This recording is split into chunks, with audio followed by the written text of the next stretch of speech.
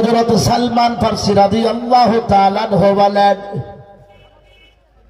আমি বাড়ি থেকে আপনার বেরিয়ে যেন মেন রাস্তায় উঠে যে ওঠার বার সোজা নবীজির মসজিদের দিকে আপনারা যেতেছিলাম, আল্লাহ নবীর সবার দিকে যেতেছিলাম, আল্লাহর ঘরের দিকে যেতেছিলাম। কিন্তু হঠাৎ একটু চলার পরে দেখতে পেলাম একজন সাহাবী, তার নাম হযরত আপনার উরাইকা। হযরত সালমান ফারসি বলেন, আমি আর উরাইকা দুজনাই চলতেছিলাম। উরাইকা আমার সামনে আছে আর আমি সালমান উরাইকার পিছনে আছি। দুজনাতে আল্লাহ নবীর সভাতে যেতেছিলাম, আল্লাহ নবীর মাহফিলে যেতেছিলাম, আল্লাহর নবীর ওয়াজ শোনার জন্য বাড়ি থেকে হাঁটতেছিলাম। কিন্তু বাবা হাঁটতে হাঁটতে একটু একটু করে যেতে যেতে হযরত সালমান বলে, আমি মসজিদের মধ্যে প্রবেশ করব। উরাইকা মসজিদের মধ্যে প্রবেশ করবে এমন সবাই মসজিদ থেকে এক নাই দুই নাই 60 বা 70 হাত দূরে হযরত উরাইকা মসজিদের মধ্যে না ঢুকে আপনার রাস্তার ডান পাশে যেন চুপ করে আপনার বসে বললেন। হযরত সালমান ফারসি বলে, আমিও দেখলাম উরাইকার ডান দিকে দেখালাম, বাম দিকে দেখালাম, পিছন দিকে দেখালাম, আমি কাউকে দেখতে পেলাম না। আমি মনে করলাম কি ব্যাপার, উরাইকা কেন বসে বলল? উরাইকার কি শারীরিক কোনো প্রবলেম হলো নাকি? উরাইকার পেটের মধ্যে কি যন্ত্রণা হলো, তার বিপদ হলো? আল্লাহ নবী সভাতে না গিয়ে, এই সুন্দর মাহফিল না গিয়ে মেলায় কেন ঘোরাঘুরি করছে, রাস্তায় কেন বসে পড়ছে? কি ব্যাপার ভাবতে কি না বলেন? ও কালিজার টুকরা ভাইয়েরা, বাবা জীবনেরা, আল্লাহর নবীর সাহাবী হযরত সালমান তাড়াতাড়ি করে তার কাছে চলে গেলেন। চলে যাওয়ার পর ও কালিজার টুকরা আব্বা ভাইয়েরা, বাবা জীবনেরা, নবী বলেছেন, শোনে নাও, আসসালামু ক্বাবলাল কালাম।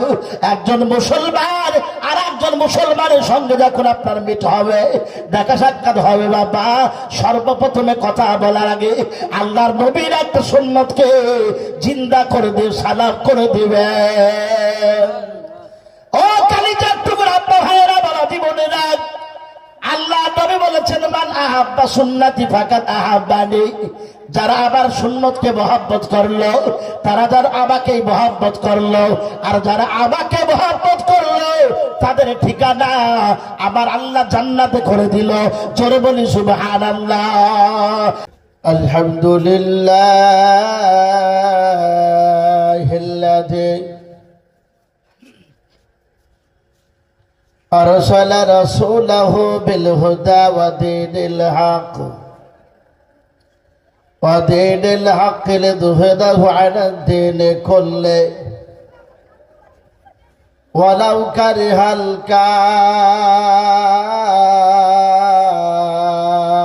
الكافرون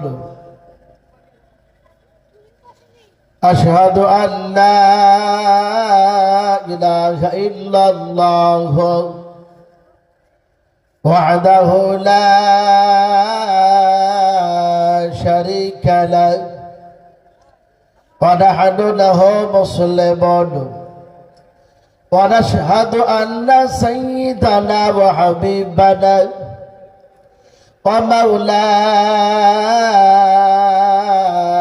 ومولانا محمدا عبد الله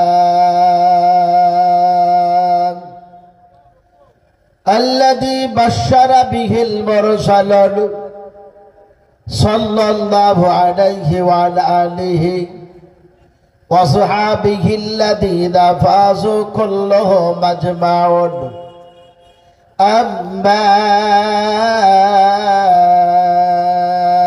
بعد فقد قال الله تعالى في القرآن المجيد وفي الفرقان الحميد فأعوذ بالله من الشيطان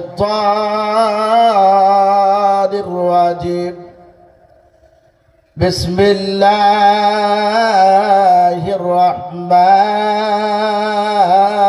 الرحيم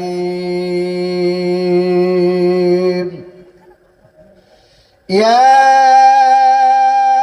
أيها الذين آمنوا استعينوا بالصبر والصلاة إن الله مع الصابرين.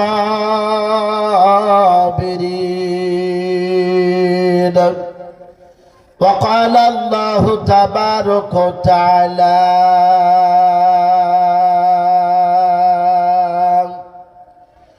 يا أيها الذين آمنوا توبوا إلى الله توبة نصوحا صدق الله العظيم.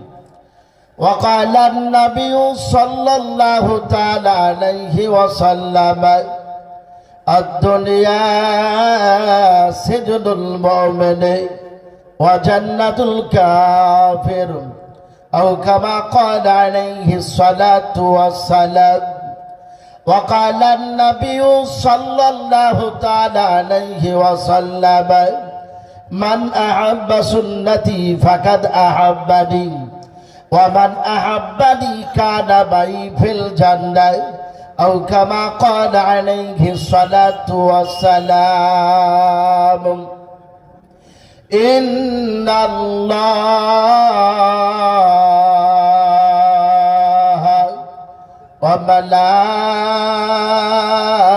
وملائكته يصلون على النبي يا أيها الذين آمنوا صلوا عليه وسلموا تسليما.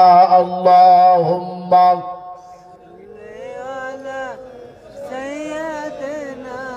مولانا محمد সাল্লাল্লাহু তাআলা আলাইহি ওয়াসাল্লাম। দেখো কেমন ঈমান এনেছিলেন আবার নবীর সাহাবারা, সেই যুগের সাহাবারা। দেখো কেমন ঈমান এনেছিলেন আমার নবীর সাহাবারা, সেই যুগের সাহাবারা। হযরত বেলাল ঈমান এনেছিলেন কত কষ্ট করে। হযরত বেলাল ঈমান এনেছিলেন কত কষ্ট করে। মরুভূমির গরম বালিতে তাজা রক্ত ঝরে, তবুও বেলাল ছাড়েনি ঈমান, তবুও বেলাল ছাড়েনি কোরআন, পড়ে শুধু লা ইলাহা ইল্লাল্লাহ। দেখো কেমন ঈমান এনেছিলেন আমার নবীর সাহাবারা, সেই যুগের সাহাবারা।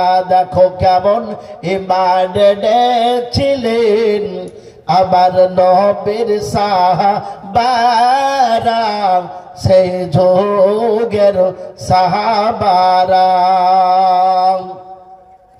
হযরত খাবাব ঈমান এনেছিলেন কত কষ্ট করে। হযরত খাবাব ঈমান এনেছিলেন কত কষ্ট করে। আগুনের আগারার ওপরে তাজা গোস্ত ঝরে, পিছন হইতে তাকালে পারে দেখা যায় গোশির দাঁড়া। দেখো কেমন ঈমান এনেছিলেন আমার নবীর সাহাবারা, সেই যোগের সাহাবারা দেখো কেমন ঈমান এনেছিলেন আমার নবীর সাহাবারা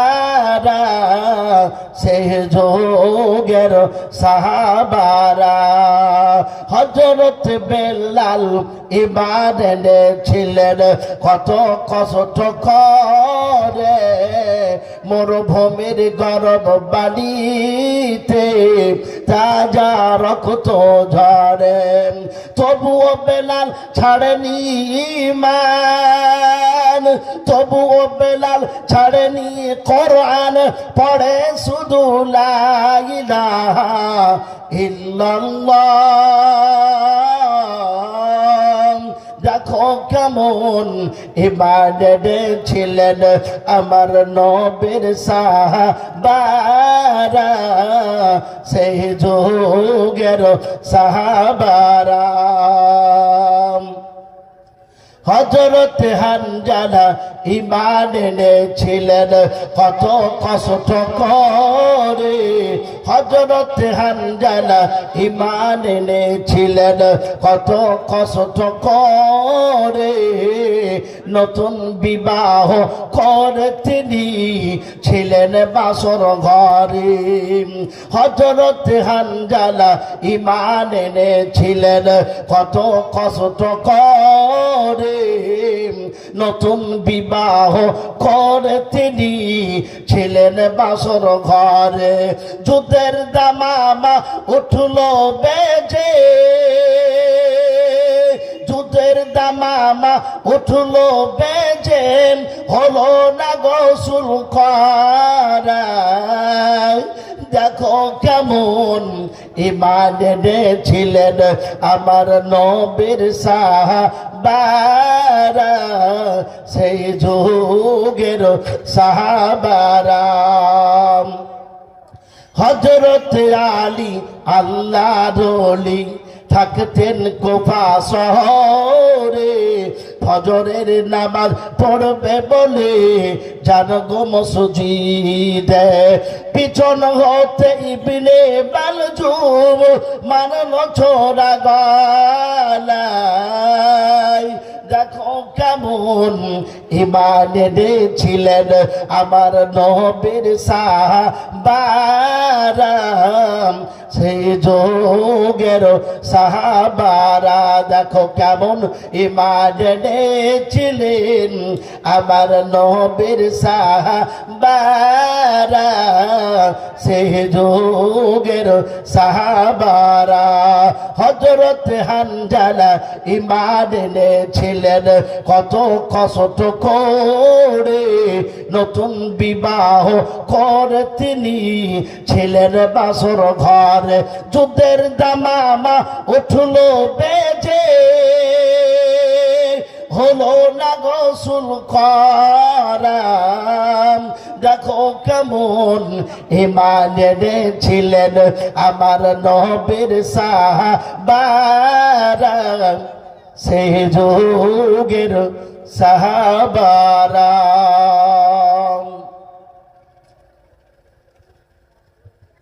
শ্রদ্ধেয় জনাব আজকের এই জলসার যোগ্যতম নির্বাচিত মাননীয় সম্মানীয় সভাপতি মহাশয়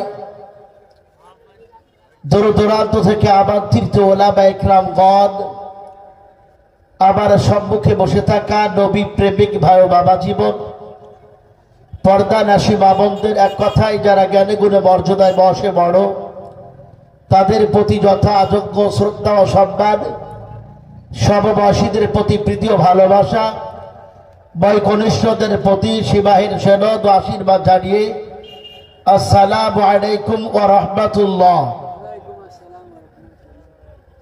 জোরসে বলেন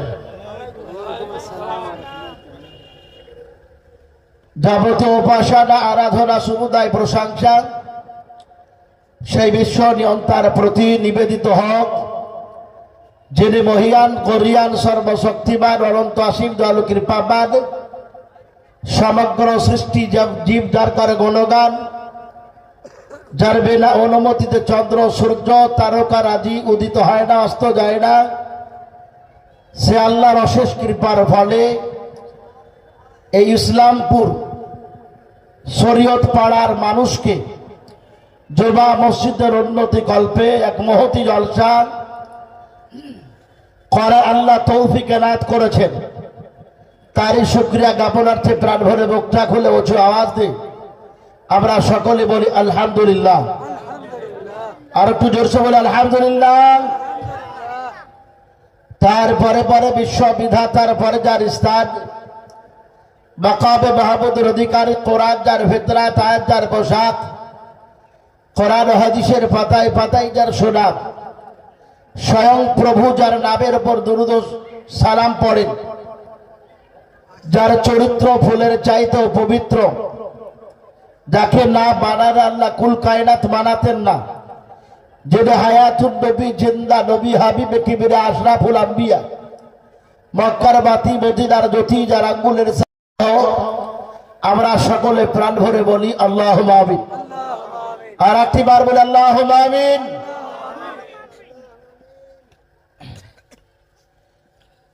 আমার আব্বারা ভাইয়েরা বাবাজি বোনেরা, পবিত্র কোরআন মাজিদ থেকে দুইটা আয়াতের টুকরো পরিবেশন করেছি আর দুটো হাদিসও পড়েছি।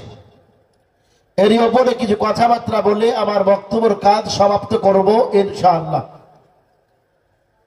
তো বক্তব্য স্টার্ট বা শুরুর আগে আমি আপনাদেরকে বলি, যারা এখনো জলসার প্যান্ডেলে বাইরে ঘোরাফেরা করছেন, না করে চলে আসুন, না করে এদিক ওদিকে না থেকে এই পবিত্র মাহফিলে চলে আসুন। ভাই, এই মাহফিল অত্যন্ত নামি দামি মাহফিল।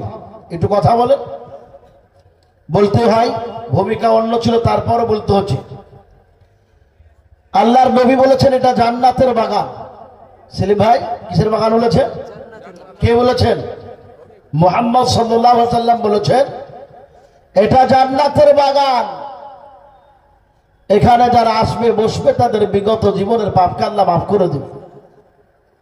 ভাই, কত খুশির খবর বলেন। নবীজি বলেছেন যারা আসবে বসবে তাদের বিগত জীবনের পাপগুলোকে আমার আল্লাহ মাফ করে দিবেন, ক্ষমা করে দিবেন। এছাড়াও যতগুলো পাপ আল্লাহ মাফ করবে অতগুলো নাকি আপনার আমল নামাতে লিখে দেওয়া হবে, ইয়াদ করে দেওয়া হবে। ভাই, এছাড়াও বিশ্ব নবী বলেছেন ফেরেশতারা বেষ্টন করে ঘিরে নিয়ে মাগফিরাতের দোয়া আল্লাহর দরবারে করে। জোরে বলি সুবহানাল্লাহ। ভাই, এত ইম্পর্টেন্ট সভা। নবীজি বলেছেন পাপ নিয়ে আসলো, কিন্তু যখন সভা শেষে বাড়ি ফিরে যাবে ওর আমল নামাতে পাপ থাকবে না, সবই নেকি থাকবে। জোরে বলি সুবহানাল্লাহ। ভাই, এত দামি সভা। ভাই, আপনারাই দিয়েছেন, আপনারাই বড় পরিশ্রম করে মেহনত করে ইমাম সাহেবের সঙ্গ দিয়ে এই জলসার আয়োজন করেছেন, ঠিক কিনা ভাই? আপনি বলুন যে জলসার জন্য বড় পরিশ্রম তো এক মাস থেকে খাটছেন, আর সেই জলসাকে কামিয়াবি করার জন্য আপনাদেরকে মাহফিল আসতে হবে না? বলেন, একটু কথা বলেন, আসতে হবে না? হবে না? আপনি একটু ভাবুন, এই যে আমাদের যা পৃথিবীর ইতিহাসে একটা ইতিহাস হলো মুর্শিদাবাদের মানুষ করলো, ঠিক কিনা বলেন? করলো কি করলো না? বলেন, কথা বলেন। অনেক মানুষ মসজিদকে সমর্থন করার জন্য, মসজিদে ইট দেওয়ার জন্য, মসজিদে টাকা দেওয়ার জন্য বাড়ি থেকে লালবাগ, ডোমকুল, পামাইপুর, ইসলামপুর বহু জায়গা থেকে মানুষ আপনার পায়ে হেঁটে সিমেন্ট, রড, বালি নিয়ে যাচ্ছে। যাচ্ছে না? যাচ্ছে না? বলেন, বলেন, কথা যাচ্ছে না? যাচ্ছে না? কিসের মহব্বতে যাচ্ছে? মসজিদের মহব্বতে, ঠিক কিনা বলেন? একটু বলেন বাপ, কিসের মহব্বতে? বাবরি মসজিদের মহব্বতে, ঠিক কিনা বলেন? মসজিদের মহব্বতে, মসজিদের প্রেমে, মসজিদের ভালোবাসার্থে। আব্বা ভাই, মসজিদকে মহব্বত করা মানে আল্লাহকে মহব্বত করা। এই মসজিদের যে উন্নতি কল্প জলসাটা দিয়েছে, বড় এক মাস থেকে পরিশ্রম করছেন এই জলসায় আসা মানেও মসজিদকে মহব্বত করা, মসজিদকে প্রেম করা। আর মসজিদকে প্রেম করা মানে আল্লাহর প্রেম ভালোবাসা পাওয়া। আর আল্লাহর ভালোবাসা প্রেম পাওয়া মানে জান্নাতে আপনার স্থান করে নেওয়া। জোরে বলে সুবহানাল্লাহ। বুঝতে পারছেন আব্বা ভাইয়েরা, বাবা জীবনে না এই জন্য আলহামদুলিল্লাহ আসতে লেগেছেন। আরো আমার আব্বা ভাইরা যারা এখনো বাইরে আছেন, অনুরোধ করবো আপনারা চলে আসুন। আল্লাহ রসুল এই সভাটাকে জান্নাতের বাগান বলেছে, জান্নাতের বাগান বলেছেন, বাগ বলেছে। যারা আসে তাদের আমল নামাতে নেকি লিখা হয়, গুনাহগুলো মাফ করে দেওয়া হয়। এই জন্য বন্ধু আব্বা ভাই, সবাই বসলে যে দোয়া করে সেই দোয়া আল্লাহ কবুল করে থাকে। যা চাই আল্লাহ তাই দেয়, যা বলে আল্লাহ তাই শুনে। জোরে বলে সুবহানাল্লাহ। বন্ধুরা আপনারা ভাইয়েরা বাবাতি বলেন, এই মাহফিল অত্যন্ত দামি মাহফিল, খুব সুনামি মাহফিল, সুনামি সভা। এই জন্য আমি আপনাদেরকে বলবো চলে আসুন। আমার আব্বা ভাইয়েরা নামাজ পড়া হয়ে গেছে, মুসল্লি যারা আছে মসজিদে না থাকে দিনী সভাতে চলে আসুন। আপনি কি জানেন আল্লাহ নবী মসজিদে নবাবির মধ্যে কোথায় বলেন তো? এটা কথা বলেন কোন জায়গায়? বিশ্ব নবী মসজিদে নবাবির মধ্যে সাহাবা আজমাইনদেরকে নবাবজি নামাজ শেষে বক্তব্য দিতেন। আল্লাহ রসুল সাল্লাল্লাহু আলাইহি সাল্লাম ফজরের নামাজ, আসরের নামাজ সমাপ্ত করতেন আর সাহাবাদের দিকে মুখ করে বসতেন। আর বসার পর সাহাবাদের কাছে দিনের কথা, জাহান্নামের কথা, কবরের কথা আবৃত্তি বা আলোচনা করতেন। বুঝতে পারলেন? আর সাহাবারা মনোযোগ সহকারে আল্লাহর নবীর কথাগুলোকে ভাবছে আপনার শুনতেন। একদিন আল্লাহ রাসূল সাল্লাল্লাহু আলাইহি ওয়াসাল্লাম বক্তব্য দিচ্ছেন, চতুর্দিক থেকে সাহাবারা বিশ্ব নবীর মসজিদে এসে আপনার মনোযোগ সহকারে মন দিয়ে ধ্যান দিয়ে নবীজির কথাগুলোকে ভাবছে আপনারা শুনছেন। যেমন আপনারা আজ তাকাচ্ছেন, আমি আপনাদের দিকে দেখাচ্ছি। সাহাবারা এত স্থির ভাবে রাসূলের কথাগুলো নিতে, আকাশ থেকে পাখিগুলো মনে করতে খুঁটি বা খাম্বা বলে ওই সাহাবাদের মাথার উপরে বসে যেত। জোরে বলে সুবহানাল্লাহ। এত স্থির, এত কাছাকাছি নবীর সাহাবারা বলে আমাদের মাথার উপরে যদি আপনার সামিয়ানা দেওয়া হয়, চাদর দেওয়া হতো, তো ওই চাদরটা উঁচু নিচু হতো না। জোরে বলে সুবহানাল্লাহ। মানে এত কাছাকাছি বসতে। হযরতে সালমান ফারসি রাদিয়াল্লাহু তাআলা আনহু আল্লাহর নবীর একজন বিশিষ্ট সাহাবী ছিলেন। ভাই আমি বলতে চাইছি, এটা কোরআনী সভা, কোরআনী মাহফিল। এই মাহফিলকে ভালোবাসা মানে আল্লাহর ভালোবাসা পাওয়া, আল্লাহর মহব্বত পাওয়া। এই মাহফিলকে ভালোবাসা মানে নবীর ভালোবাসা পাওয়া, নবীর মহব্বত পাওয়া। সব সাহাবারা এসেছে, কিন্তু একজন সাহাবী যার নাম হযরত সালমান ফারসি। এই সালমান ফারসি তিনি বলেন, আমি একটু সবার চাইতে বয়সে বেশি, বাড়ি থেকে আসতে আমার লেট হয়, বাড়ি থেকে বের হতে আমার লেট হয়। আমি বাড়ি থেকে খুব তাড়াতাড়ি বেরিয়ে মেন রাস্তার উপর, আপনাদের যেমন ইসলামপুরের মেন রাস্তা, এইরকম রাস্তার উপর উঠেছি। ওঠার পরে হাঁটতেছিলাম। কোথায় যাওয়ার জন্য? বিশ্ব নবী লেকচার ওয়াজ দিচ্ছেন, নবীর মাহফিল হচ্ছে, ওয়াজ মাহফিলের সভা হচ্ছে। আর সেই মাহফিলে আপনার হযরত সালমান ফারসি শোনার জন্য মেন রাস্তায় উঠে হাঁটছেন। হঠাৎ হযরত সালমান ফারসি রাদিয়াল্লাহু তাআলা আনহু বলেন, আমি বাড়ি থেকে আপনার বেরিয়ে যেন মেন রাস্তায় উঠে যে ওঠার পর সোজা নবীজির মসজিদের দিকে আপনারা যেতেছিলাম, আল্লাহ নবীর সবার দিকে যেতেছিলাম, আল্লাহর ঘরের দিকে যেতেছিলাম। কিন্তু হঠাৎ একটু চলার পরে দেখতে পেলাম একজন সাহাবী, তার নাম হযরত আপনার উরাইকা। হযরত সালমান ফারসি বলেন, আমি আর উরাইকা দুজনাই চলতেছিলাম। উরাইকা আমার সামনে আছে আর আমি সালমান উরাইকার পিছনে আছি। দুজনাতে আল্লাহ নবীর সভাতে যেতেছিলাম, আল্লাহ নবীর মাহফিলে যেতেছিলাম, আল্লাহর নবীর ওয়াজ শোনার জন্য বাড়ি থেকে হাঁটতেছিলাম। কিন্তু বাবা হাঁটতে হাঁটতে একটু একটু করে যেতে যেতে হযরত সালমান বলে, আমি মসজিদের মধ্যে প্রবেশ করব। উরাইকা মসজিদের মধ্যে প্রবেশ করবে এমন সবাই মসজিদ থেকে এক নাই দুই নাই 60 বা 70 হাত দূরে হযরত উরাইকা মসজিদের মধ্যে না ঢুকে আপনার রাস্তার ডান পাশে গেল, চুপ করে আপনার বসে বললেন। হযরত সালমান ফারসি বলে, আমি দেখলাম উরাইকার ডান দিকে গেলাম, বাম দিকে গেলাম, পিছন দিকে দেখালাম, আমি কাউকে দেখতে পেলাম না। আমি মনে করলাম কি ব্যাপার, ওরাইকা কেন বসে বলল? ওরাইকার কি শারীরিক কোনো প্রবলেম হলো নাকি? ওরাইকার পেটের মধ্যে কি যন্ত্রণা হলো, তার বিপদ হলো? আল্লাহ নবী সভাতে না গিয়ে, এই সুন্দর মাহফিল না গিয়ে মেলায় কেন ঘোরাঘুরি করছে, রাস্তায় কেন বসে পড়ছে? কি ব্যাপার ভাববে কি না বলেন? ও কালিজার টুকরা ভাইয়েরা, বাবা জীবনেরা, আল্লাহর নবীর স্বামী হযরত সালমান তাড়াতাড়ি করে তার কাছে চলে গেলেন। চলে যাওয়ার পর ও কালিজার টুকরা আব্বা ভাইয়েরা, বাবা জীবনেরা, নবী বলেছেন শোনে নাও, আসসালামু ক্বাবলাল কালাম।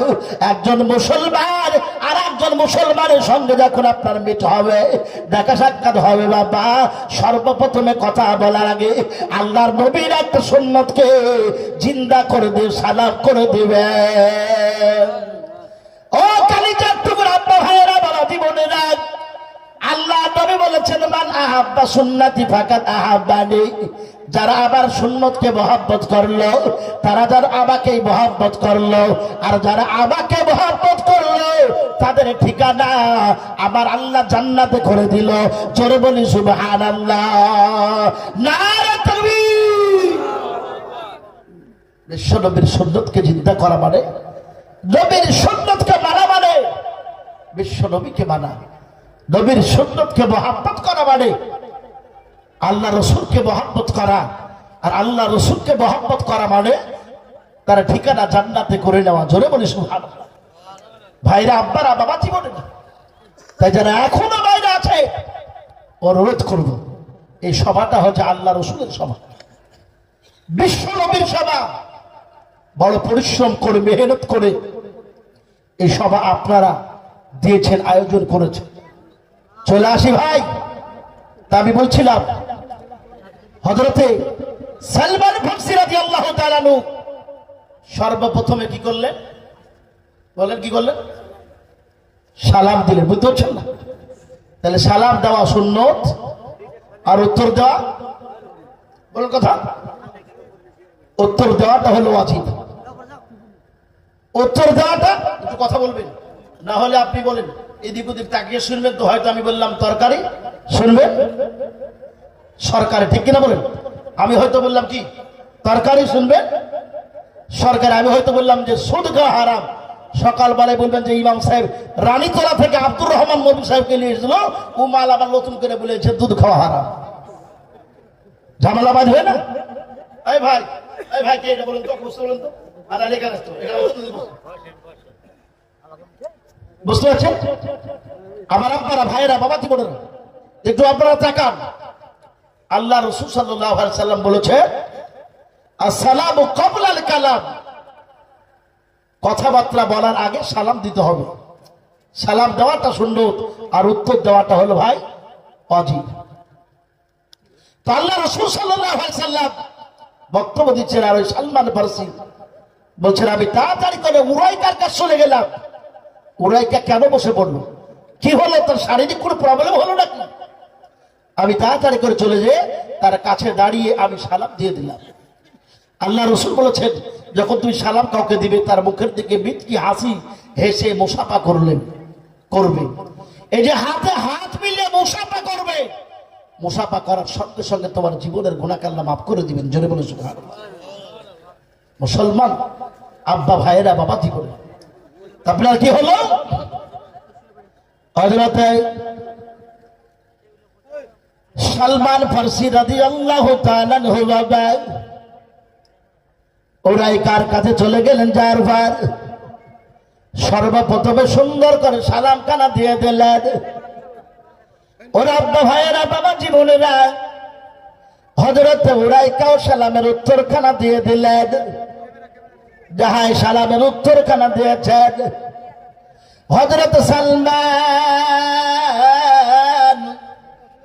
তিনি ডাক দিয়ে বলে উরাইকা ভাই, তুমি আল্লাহর নবীর সভাতে না গিয়ে, বিশ্ব নবীর মাহফিলে না গিয়ে, আল্লাহ রসুলের চেহারা না দেখে, মসজিদের মধ্যে প্রবেশ না করে, না ঢোকে, কেন তুমি মসজিদের বাইরে রাস্তার পাশে বসে পড়লে?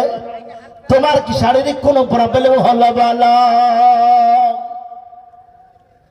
হযরত সালমান একই বাক্য বাপজি আপনার কয়েকবার বললেন, কিন্তু ওরাই কার কোনো উত্তর দিলেন না, কোনো জবাব আপনারা দিলেন না। যখন কোনো উত্তর বা জবাব আপনারা দিলেন না বাবা, হযরত সালমান তাড়াতাড়ি করে মসজিদে চলে গেলেন। চলে যাওয়ার বাদ আল্লাহর নবীর সম্মুখে দাঁড়িয়ে গেলেন। দাঁড়িয়ে যাওয়ার পর বিশ্ব নবীকে ডাক দিয়ে বলে, ওগো নবী, ওগো আল্লাহর রাসূল, ওগো আল্লাহর হাবিব, ওগো আল্লাহর নবী, শুনুন একটি আপনার কাছে আপনার সাহাবীর ব্যাপারে অভিযোগ দিতে চাই। আল্লাহর নবী বলে, সালমান কি অভিযোগ দিতে চাও বলো? বলে, নবী গো, আপনার ভক্ত একজন সাহাবী, নাম হযরত উরাইকা, দুজনে তো আপনার জানা, আপনার সবাই মাহফিলের মধ্যে আসতেছিলাম, আপনার মসজিদের মধ্যে আসতেছিলাম, কিন্তু নবী আমি মসজিদ থেকে আপনার বাইরে ছিলাম, সেই সাহাবী আপনার বাইরে ছিল, কিন্তু ঢোকার আগে এক নাই দুই নাই ৬০ বা ৭০ হাত ধরে হযরত উরাইকা মসজিদে না ঢুকে বসে বলল। হযরত সালমান ফারসি বলছেন, নবী আপনার সভায় না ঢুকে, আপনার মাহফিলে না ঢুকে, সে আপনার রাস্তার ধারে মসজিদের বাইরে বসে পড়ল। ভাই বলুন, এই যে আল্লাহ রসুলের কথা আবৃত্তি বা আলোকপাত বা আলোচনা হচ্ছে, এই সবাই যদি কোনো মানুষ না আসে, মুসলমান হওয়ার পরেও যদি আপনার এই মাহফিলে প্রবেশ না করে, মাহফিলে উপস্থিত না হয়, আপনি বলুন তো, জানতে হবে দিনের মধ্যে কিছু একটা কহা আছে, ঠিক কিনা বলো? আরে ভাই, এই মাহফিল নবী নিজে সভা করেছেন, সভাতে বসার কথা বলেছেন, আল্লাহ রসুল নিজে সভা করেছেন, আল্লাহ নিজেও ফেরেশতাদেরকে নিয়ে এইরকম সভা করেছেন। জোরে বলে সুবহানাল্লাহ। আল্লাহ নবীকে করার জন্য বলে, দাকিনি ফাইন্না যিকরা তানফাউল মুমিনিন। হে রাসূল, আপনি কি করুন? লেকচার করুন, আপনি নসিহত করুন, ওয়াজ করুন। যারা মুমিন হবে আপনার ওয়াজ শুনবে, শোনার পরে তাদের জীবনে পরিবর্তন ঘটবে। জোরে বলে সুবহানাল্লাহ। পরিবর্তন ঘটবে। এই জন্য আপনারা ভাইয়েরা, বাবা জীবনে না, যারা এখনো বাইরে আছেন চলে আসে।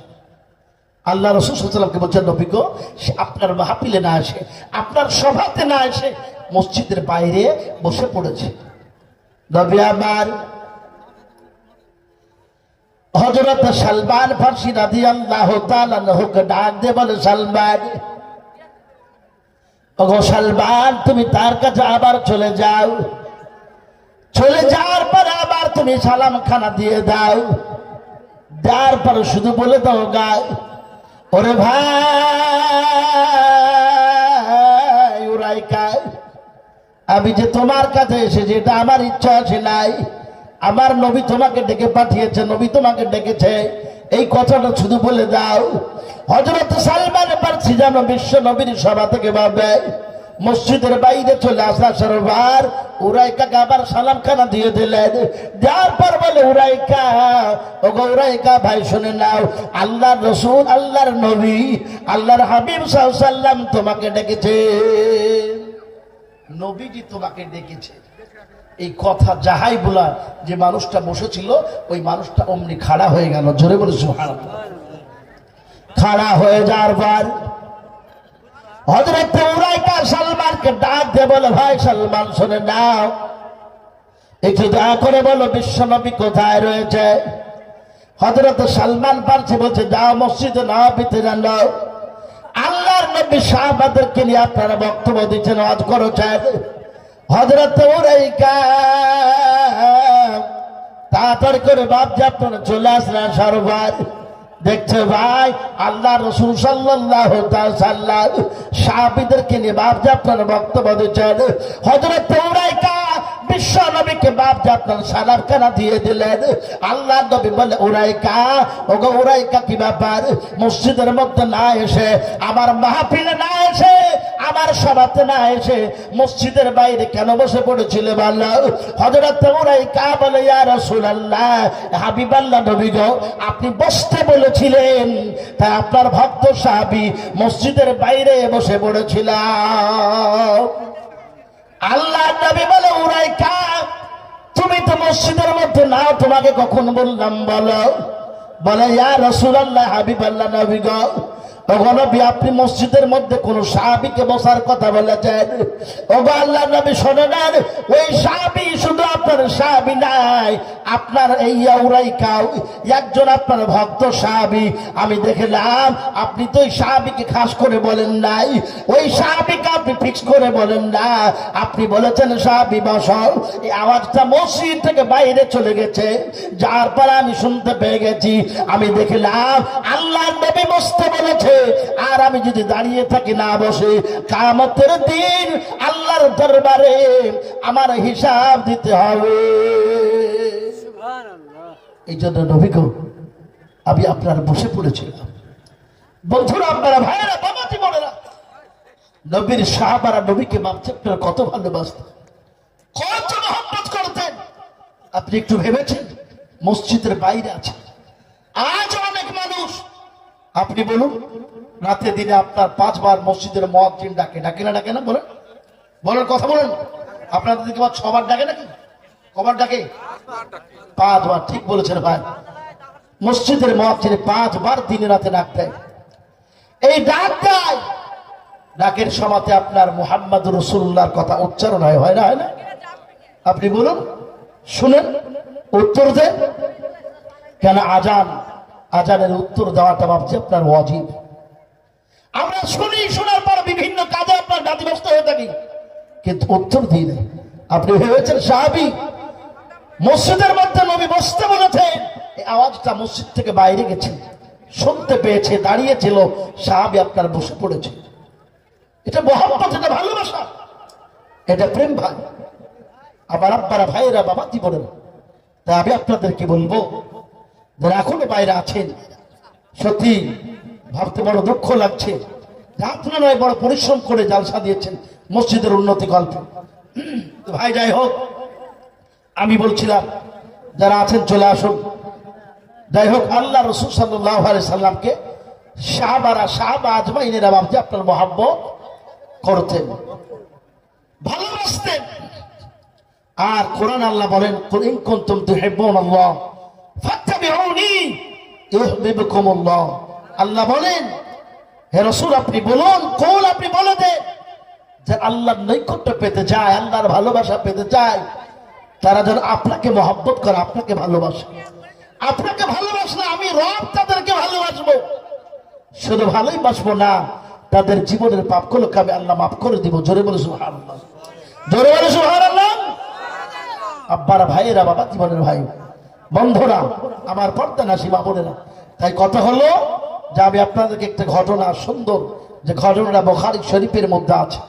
যাই হোক, বলছিলাম যে দেখেন, যে এই দিন থেকে জলসার ডেটটা আপনারা ফিক্স করেছেন, ঠিকঠাক করেছেন, জলসার প্রস্তুতি করেছেন, সেই দিন থেকে আশেপাশে যত কবরস্থান আছে সমস্ত কবরবাসীগুলো চাতক পাখির ন্যায় এই সবার দিকে তাকিয়ে আছে। আছে না নাই বলে? তাকিয়ে আছে। ওখানে আব্বা যাবে, ওখানে ভাই যাবে, সবাই তো সব কি বলেন তো, আপনার যে আব্বা, আপনার যে দাদু মারা গেছে, এরা কি সবকিছু নিয়ে গেছে না থুয়ে গেছে? বলেন কথা। ওই বাচ্চা দুটো কথা বলছে কেন? তাহলে বুঝতে পারছেন, আমাদের যারা আত্মীয় স্বজন মারা গেছে তারা কিন্তু কোনো কিছু নিয়ে যেতে পারে না। আমাদের দাদির কানের মধ্যে যে বালিগুলো ছিল, সেই বালিগুলো গোসলের পরে খুলে নেওয়া হয়েছিল। হয়নি? হয়নি বলে শুধু একটা কাপড় দিয়ে বেষ্টন করে জানাজা করে কবর দেওয়া হয়েছে। বন্ধুরা, আপনারা, ভাইরা, বাবা জীবনেরা, তা আমি বলছিলাম যেই দিন থেকে ডেটটা ফিক্স হয়েছে সেই দিন থেকে আশেপাশে কবরস্থানগুলো, সব মুর্দাগুলো, সব মানুষগুলো এই সবার দিকে তাকিয়ে বসে আছে। আমার ভাই যাবে, আমার বাপ যাবে, আমার মা বোন যাবে। যাওয়ার পরে আলেম ওলামা বক্তাদের সঙ্গে হাত তুলে আমাদের জন্য দোয়া করবে। হয়তো সেই দোয়া কবুল করে আমাদের কবরের আযাবগুলোকে আল্লাহ বন্ধ করে দিবেন। বুঝতে পারছেন? তাব্বা ভাইয়েরা, বাবা জীবনে, আমি বলছিলাম আল্লাহ তাআলা বলেন, উদউনি আস্তাজিব লাকুম, দোয়া করো, আমি আল্লাহ তোমাদের দোয়া কবুল করব। ফাদকুরুনি, তোমরা আমাকে স্মরণ করো, তোমরা আমাকে আল্লাহ আল্লাহ বলে ডাকো। আযকুরকুম, আমিও তোমাদেরকে বান্দা বলে ডাকবো। জোরে বলে সুবহানাল্লাহ। তো ভাই, দোয়া হল। তো আমি আপনাদেরকে বলতে চাই, বুখারী শরীফের মধ্যে একটা হাদিস আছে, সালাসাতুন ফিল গার, তিনজন যুবকের গুহার ঘটনা। দেখেন, ভালো কাজের ওসিলা দিয়ে দোহাই দিয়ে যখন দোয়া করবে কবুল করবেন কে বলেন তো দেখি? ভালো কাজের দোহাই দিয়ে ওসিলা দিয়ে যখন দোয়া করবেন ওই দোয়াটা কবুল করবেন আল্লাহ। বন্ধুরা, আব্বারা, ভাইয়েরা, বাবা, জীবনে বুখারী শরীফের হাদিস, বনি ইসরাইলের তিনটা যুবক, কটা যুবক বলেন? বনি ইসরাইলের তিনটা যুবক সফর পারপাশে। আল্লাহ বলেন, কুল সিরু ফিল আরদ, পৃথিবীটাকে ভ্রমণ করো, পৃথিবীটাকে ঘুরো, দেখো, আর আমার নিয়ামতের শুকরিয়া করো। তাই ভাবছি, তিনজন যুবক সফর পারপাশে, ভ্রমণ পারপাশে বাড়ি থেকে বেরিয়ে চলছে। গ্রাম, শহর, পাড়া অতিক্রম করার পর ফাঁকা মরুভূমির দিকে চলছিলেন। বিশাল বড় মাঠ, এই মাঠের উপর চলছিলেন। মাঠের উপর দিয়ে চলতে চলতে চলতে হঠাৎ ঝড় বৃষ্টি আপনার শুরু হয়ে গেল। এরকম হয় না বলেন? এক সময় আকাশে মেঘ নাই, বাতাস নাই, কিন্তু আল্লাহর কেরামতি হঠাৎ ঝড় বৃষ্টি আপনার স্টার্ট হয়, শুরু হয়ে যায়। তো বিশ্বনবী বলছেন, ওই তিনজন ব্যক্তি আপনার ফাঁকা মাঠ ময়দানে চলছিল। হঠাৎ ফাঁকা মরুভূমির ওপর দিয়ে চলতেছিলেন। বেশ কিছু দূর যাওয়ার পর ফাঁকা মিডিলে যখন আপনারা গেছে বাবা, যেখানে ঘর নাই, পানি নাই, ওই রকম জায়গায় যাওয়ার পর আপনার আকাশ থেকে ভাবছে আপনার বৃষ্টি শুরু হয়ে গেল, বাতাস স্টার্ট হয়ে গেল, শুরু হয়ে গেল। ওরা আব্বা, ভাইয়েরা, বাবা, জীবনেরা, তারা আপনার বৃষ্টি থেকে বা বাতাস থেকে রক্ষা পাওয়ার জন্য এদিক ওদিক তাকাতে লাগলো, দেখতে লাগলো, দেখতে পেল যেন কোন জায়গায় আপনার ঘর নাই, বাড়ি নাই, আশ্রয় নিবেন এইরকম কোন জায়গা নাই। ওই তিনজন সামনে দেখতে পেল পাহাড়, ওই পাহাড়ের দিকে তাড়াতাড়ি করে চলে গেল। চলে যাওয়ার পর ওই পাহাড়ের কাছে পৌঁছার পরে দেখতে পায় ওই পাহাড়ের নিচে একটা দ্বীপ, একটা গর্ত, একটি আপনার গুহা। ওই গুহার মধ্যে তিনজন বৃষ্টি বা আপনার ঝড় থেকে রক্ষা পাওয়ার জন্য, পরিত্রাণ পাওয়ার জন্য ওই গুহার মধ্যে তাড়াতাড়ি আপনারা লুকিয়ে পড়লেন। ওই গুহার মধ্যে তাড়াতাড়ি আপনারা ঢুকে পড়লেন। ও কালিজার টুকরা আপনার ভাইরা, বাবা, জীবনেরা, যাই গুহার মধ্যে আপনার ঢুকে পড়েছে বাপ, অমনি আপনার গুহার উপরে, পাহাড়ের উপরে বিশাল বড় একটা পাথর ছিল। ওই পাথরটায় ঝড় বৃষ্টির কারণে ঝাপটায় যেন আপনার, ঝড় ঝাপটায় বৃষ্টিতে আপনার যেন না, ওই পাথরটা গড়তে গড়তে এসে গুহার মুখটাকে বন্ধ করে দিল। ও কালিজার টুকরা আপনার ভাইয়েরা, বাবা, জীবনেরা, তারা বিপদ থেকে বাঁচার জন্য গর্তের মধ্যে বা গুহার মধ্যে ঢুকেছিল, ঠিক কিনা বলেন? এখন বিপদটা বাড়লো না কমলো বলেন? ওরা আব্বা, বিপদটা আপনার কমলো না, বরং আপনারা বাড়লো। বিশাল বড় পাথর পাহাড়ের ওপর থেকে গড়তে গড়তে এসে গেল যেই গুহার মুখ দিয়ে আপনারা ঢুকেছিল, ওই মুখটার উপরে দাঁড়িয়ে গেল। এখন বাপ, ও কালিজার টুকরা আব্বা, ভাইয়েরা, বাবাজি, বোনেরা, কথায় আছে, যেখানে এই বাঘের ভাই সেখানে আপনার সন্ধ্যা বা রাত হয়ে যায়।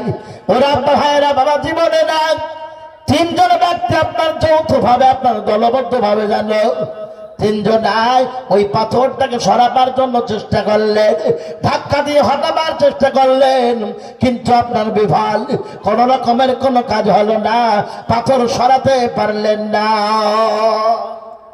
পাথরটাকে মিলিত ভাবে তিনজন ব্যক্তি ধাক্কা দিয়ে সরাতে চাইল, সরিয়ে দিতে চাইল, কিন্তু ব্যর্থ। পাথরকে ভাবছে আপনার সরাতে পারল না। আল্লাহু আকবার। ফাঁকা মাঠ, যেখানে মানুষ আসে নাই, এইরকম জায়গায় তারা আটকা পড়ে গেছে। কে বাঁচাবে? কি করে বাঁচবে? ভাবছি বিপদ কমাতে চেয়েছিল, কিন্তু বিপদটা বেড়ে গেল। আপনি বলুন, বিপদে ফেলার মালিক কে? বলেন, বিপদে ফেলার মালিক কে? বিপদ থেকে রক্ষা করার মালিকও আল্লাহ। যা কেউ করে না তা করেন আল্লাহ, ঠিক কিনা বলেন? যা কেউ করে না তা করে আল্লাহ। যা কেউ জানে না তা জানে কে? আল্লাহ। ওই তিনজন ব্যক্তির মধ্যে একজন ব্যক্তি বলল, ভাই এই মিষ্টি ভাই এসো, এখানে তো কোনো মানুষ ম্যান আসবে না, আর মানুষ না আসলে আমাদেরকে নিয়ে যেতেও পারবে না, পাথরও আমাদের গুহার মুখ থেকে সরাবে না, তো একটা কাজ করা যাক, এসো। আমরা কি জীবনে কোনোদিন ভালো ভালাই কাজ করিনি যে কাজের ওসিলা দিয়ে দোয়া করি আল্লাহর কাছে? হয়তো আমার আল্লাহ ওই কাজের ওসিলায়, কাজের দোহায় এই গুহার মুখ থেকে পাথর সরিয়ে দিতে পারে। আপনি জানেন না, যেখানে হাদিস ও কোরআনের কথা আবৃত্তি আলোচনা হয়, যেখানে দ্বীনি মাহফিল হয়, ওই মাহফিলের ওসিলায় আল্লাহ গ্রামের বালা মুসিবত দূর করে দেয়। জোরে বলে সুবহানাল্লাহ। তো ভাবছি আপনারা তিনজন ব্যক্তির মধ্যে একজন ভালো কাজের দোহাই দিয়ে আল্লাহর কাছে দোয়া করতে লাগলেন। দোয়াটা কি? প্রাথমিক লোকটা ইয়াকা না'বুদু ওয়া ইয়াকা নাস্তাঈন, সে বলে, আল্লাহ আমরা তোমারই দাসত্ব করি, তোমার ইবাদত করি, আর তোমার কাছে সাহায্য চাই। ঠিক কিনা বল? সাহায্য করার মালিক কে বলেন? আল্লাহ। ওই তিনজনের মধ্যে একজন বলে, আল্লাহ পেশায় রাখাল ছিলাম, সারাদিন ছাগল চড়ার পর, ও মাওলা পেশায় রাখাল ছিলাম, সারাদিন ছাগল চড়ার পরে সন্ধ্যার সময় ফিরে আসতাম, আসার পর ওই ছাগল থেকে দুধ দোহাতাম, দুধ দোহানোর পর ওই দুধ সর্বপ্রথমে জানো আমি আমার বৃদ্ধা, এমনি করে আপনার বৃদ্ধ মা আব্বাকে পান করাতাম। জোরে বলি সুবহানাল্লাহ। কাকে পান করাতেন বলেন? আব্বা মাকে আপনারা পান করাতেন। বাপ ও কালিজার টুকরা আব্বা, আমার ভাইয়েরা আপনাদের এলাকা আছে কি নাই? অনেক এলাকায় দেখা যায় আব্বা ভাইয়েরা স্বামী আপনার বাজার থেকে আসার পর যদি কোনো মিষ্টি বা কোনো খাবার নিয়ে আসে, আর ওই খাবারটা সর্বপ্রথম বিবিকে আপনারা ডিল বা শেয়ার না করে মার কাছে করে দেয়, তাহলে বুঝতে পারছেন স্বামীর কি হবে? হয় কি না হয় বলেন? ওরা আব্বা ভাইয়েরা, বাবা জীবনেরা, ও কালিজার টুকরা সোনা মনিরা, ওই আপনার নবীজি বলছেন শোনেন না, ওই তিনজন ব্যক্তির মধ্যে একজন সারাদিন ছাগল চড়ার পর সন্ধ্যার সময় ফিরে আসতে আসার পর ছাগল থেকে আপনার দুধ দোহাতেন, দোহানোর পর ওই দুধ সর্বপ্রথমে জানো বাচ্চাকে না দিয়ে, বিবিকে না দিয়ে, নিজে না পান করে সর্বপ্রথমে সর্বাকে মা আব্বাকে পান করাতে। ও কালিজার টুকরা আপনার ভাইয়েরা, বাবা জীবনেরা, আল্লাহ নবী বলেছে যারা মাকে আপনার মহব্বত করলো, মায়ের মুখ সকালে দেখে নিল, সেটা না আপনার কাবাঘরকে দেখে নিল। জোরে বলি সুবহানাল্লাহ। শুধু তাই নাই, মকবুল একটা হজের সব তার আমল নামাতে লিখে দিল। আল্লাহ নবী বলেছে যারা সকাল বেলায় দুনিয়া কারো মুখ না দেখে মার মুখটা দেখে নিল, তার আমল নামাতে আপনার নেকিটা লিখে দিল। ও কালিজার টুকরা ভাইয়েরা, বাবা জীবনেরা, এই জন্য নবী বলেছেন হুমা জান্নাতুকা ওয়া নারুকা, মাই তোমার জান্নাত, মাই তোমার জাহান্নাম, বাবা তোমার জান্নাত, বাবাই তোমার হলো জাহান্নাম। এই জন্য নবী বলেছেন শোনেন না, তুমি তোমার মাকে মহব্বত করবে, ভালোবাসবে, আল্লাহ তোমাকে মহব্বত করবে। শুধু মহব্বত করবে না, যাবতীয় বিপদ আপদ আমার আল্লাহ দূর করে দিবে। জোরে বলি সুবহানাল্লাহ। এই মানুষটা সারাদিন ছাগল চড়ার পরে সন্ধ্যার সময় যখন ব্যাক আসতেন, রিটার্ন আসতেন, ছাগল থেকে দুধ দোহানোর পরে ওই দুধ সর্বাগ্যে সর্বপ্রথম আপনার কাউকে না দিয়ে মাকে এবং আব্বাকে পান করাতেন। ওই লোকটা দোয়ার মধ্যে বলছে, আল্লাহ দিনের পর দিন, রাতের পর রাত, মাসের পর মাসে, বছরের পর বছর এইভাবে কাটতেছিল, কিন্তু হঠাৎ একদিন আমার বাড়ি ফিরতে রাত হয়, গভীর রাত, ছাগল থেকে দুধ দোহানোর পরে দুধের গ্লাস নিয়ে মার কাছে গেলাম, দেখছি মা বেডরুমে আপনার ঘুমিয়ে গেছে, জেগে নাই, ঘুমিয়ে গেছে, বাবা ঘুমিয়ে গেছে। সেই দিন গভীর রাতে ওই দুধের গ্লাস নিয়ে মায়ের শিওরে মাথার কাছে দাঁড়িয়ে থাকলাম, মুনাজাতের মধ্যে বলছে আল্লাহ, মাথার কাছে দাঁড়িয়ে থাকলাম। বাচ্চা চেয়েছিল, আব্বু বড় ক্ষুধা লেগেছে, বড় ক্ষুধার একটু দুধটা দাও না, পান করি। ওগো আল্লাহ, সেই দিন বাচ্চা দুধ চেয়েছিল, বিবি চেয়েছিল, আমি নিজেও ক্ষুধার্ত ছিলাম কিন্তু খাই নাই। বাচ্চাদেরকেও খেতে দিই নাই, বিবিকেও খেতে দিই নাই। ওগো আল্লাহ, সেই দিন বলেছিলাম বাচ্চাদেরকে, বিবিকে বলেছিলাম, নিজেকেও বলেছিলাম যে আমি আমার মা আব্বাকে পান করাবো, তারপরে তোমাদেরকে পান করাবো। ওরা আব্বা ভাইয়েরা বাবাজি বলে না, সোনা বোনেরা আপনার কি হলো দেখলেন? ও কালিজার টুকরা আব্বা ভাই বাবাজি বলবে, আল্লাহ সকালবেলাতে মা আব্বার ঘুম ভাঙলো, মা আব্বা জাগার পরে বলছে, বেটা কি বাবার এখানে কেন দাঁড়িয়ে? বললাম, মা ও গো আব্বা, প্রতিদিন তোমাদেরকে দুধ পান করে আগে, কিন্তু আজকে দুধ না পান করে ঘুমিয়ে গেছ, এই জন্য গোটা রাত তোমাদের মাথার কাছে দুধের গিলাস বা বাটি নিয়ে দাঁড়িয়ে আছি। তোমাদেরকে আগে পান করাবো, তারপরে বাচ্চাদের বিবিকে, তারপরে পরিশেষে আমি পান করব।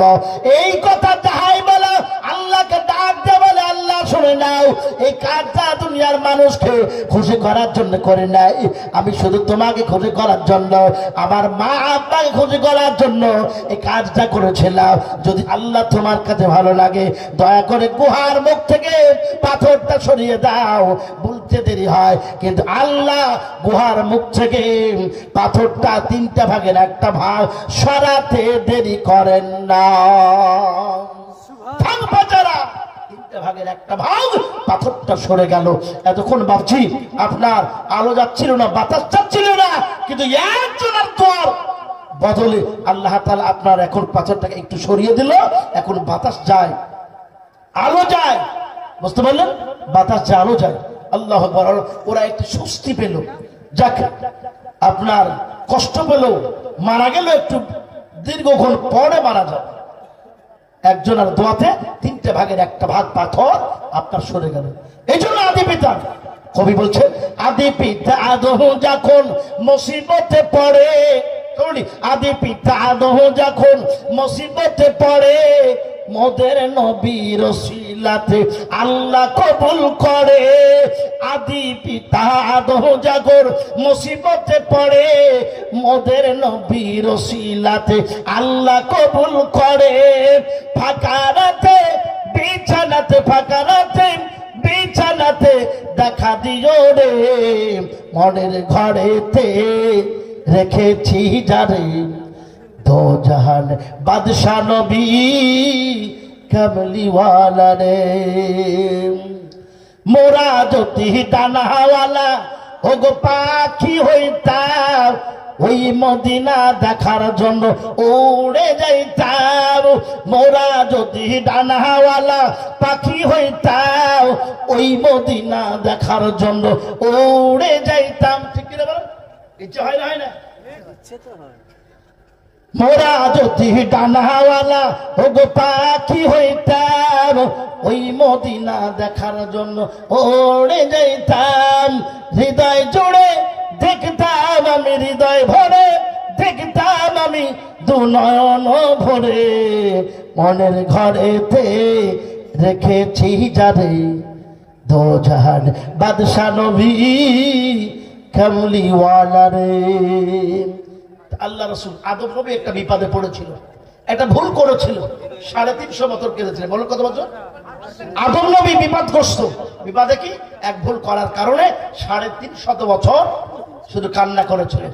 একদিন পানিতে মুখ দেখতে গিয়ে দেখছেন যে আপনার মুখের মধ্যে যে গাল আছে, ওই গালগুলো আপনার গোস্তগুলো আপনার বসে গেছে।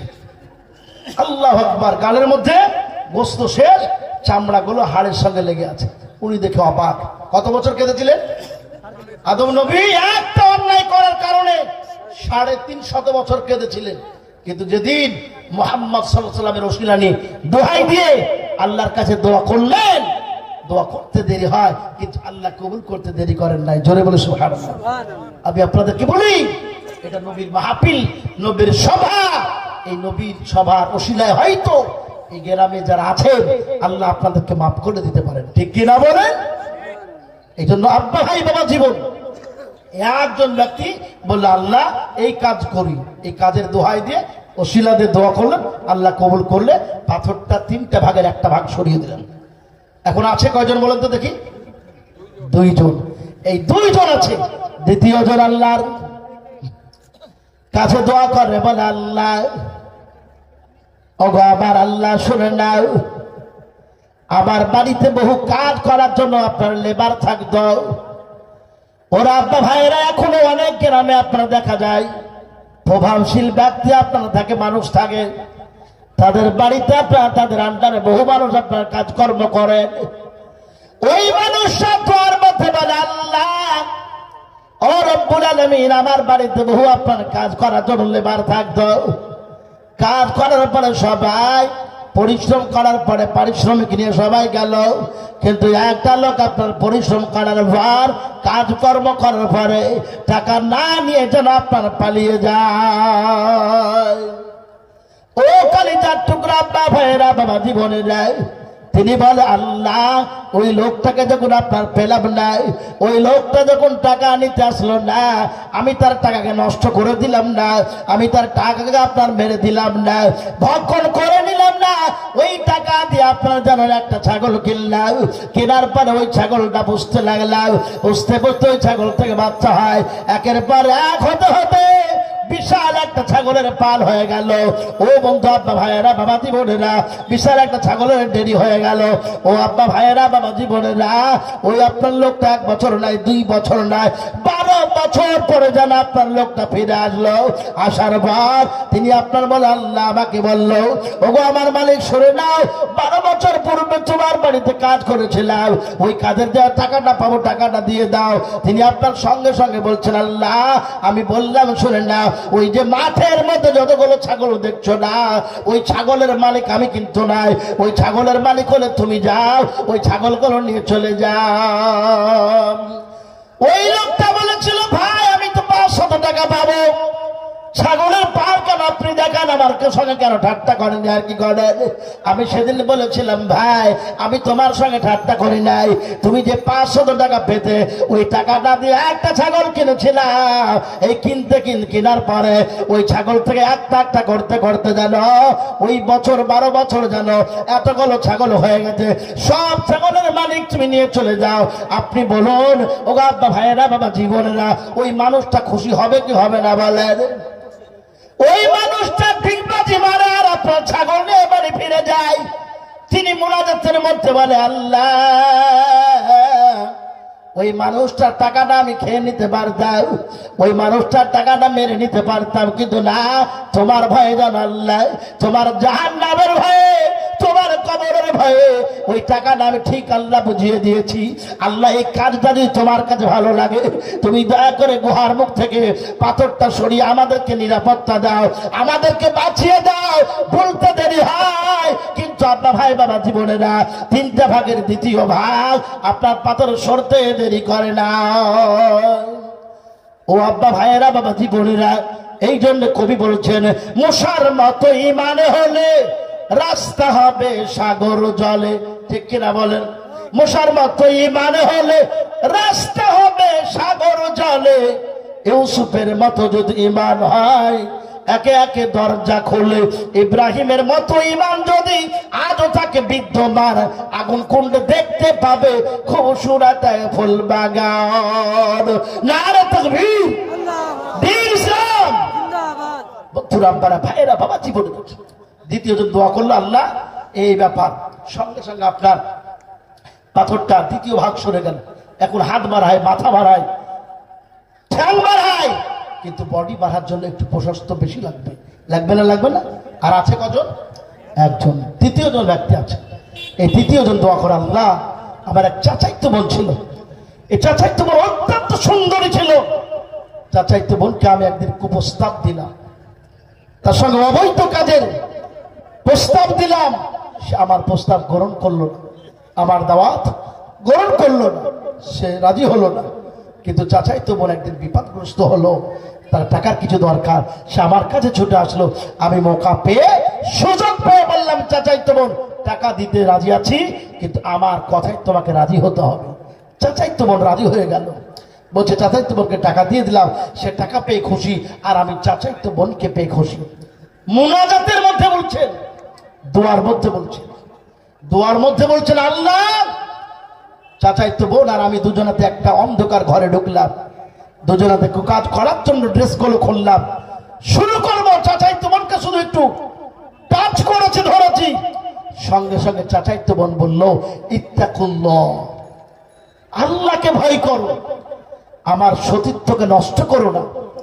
এই যাহাই বলা, ওই লোকটা বলছে, আল্লাহ, সঙ্গে সঙ্গে তোমার ভয়ে, তোমার জাহান্নামের ভয়ে, তোমার আযাবের ভয়ে, তোমার কবরের ভয়ে আমি আমার চাচাইতো বোনের সতীত্বকে নষ্ট করলাম না। আমি ঘর থেকে তাড়াতাড়ি করে বেরিয়ে চলে আসলাম। আল্লাহ, আই রব্বুল আলামিন, পরওয়ারদিগার, এই কাজটা শুধু তোমার ভয়ে, তোমার জাহান্নামের ভয়ে, এই কাজ, খারাপ কাজ থেকে আমি বেঁচে থেকেছি। আল্লাহ, এই কাজটা যদি তোমার পছন্দ হয়, তুমি দয়া করে গুহার মুখ থেকে পাথরটা সরাও। বলতে দেরি হয়, কিন্তু আল্লাহ পাথরটা সরাতে দেরি করে নাই। জোরে বলে সুবহানাল্লাহ। আর আপনারা জানেন, ইন্নামাল মুমিনুনা আল্লাযীনা ইযা যুকিরাল্লাহু ওয়াজিলাত কুলুবুহুম ওয়া ইযা তুলিয়াত আলাইহিম আয়াতুহু যাদাতুহুম ঈমানা। নিশ্চয় যারা মুমিন হবে, ঈমানদার হবে, আল্লাহ ওয়ালা হবে, আল্লাহ প্রেমিক হবে, তাদের সবের সম্মুখে যখন আল্লাহর নাম উচ্চারণ করা হয়, আবৃত্তি করা হয়, বলা হয়, সব কিছু ফেলে দিয়ে, সব কিছু দেখা থেকে আল্লাহর ভয় অন্তর কেঁপে উঠবে। ঠিক কিনা বলেন?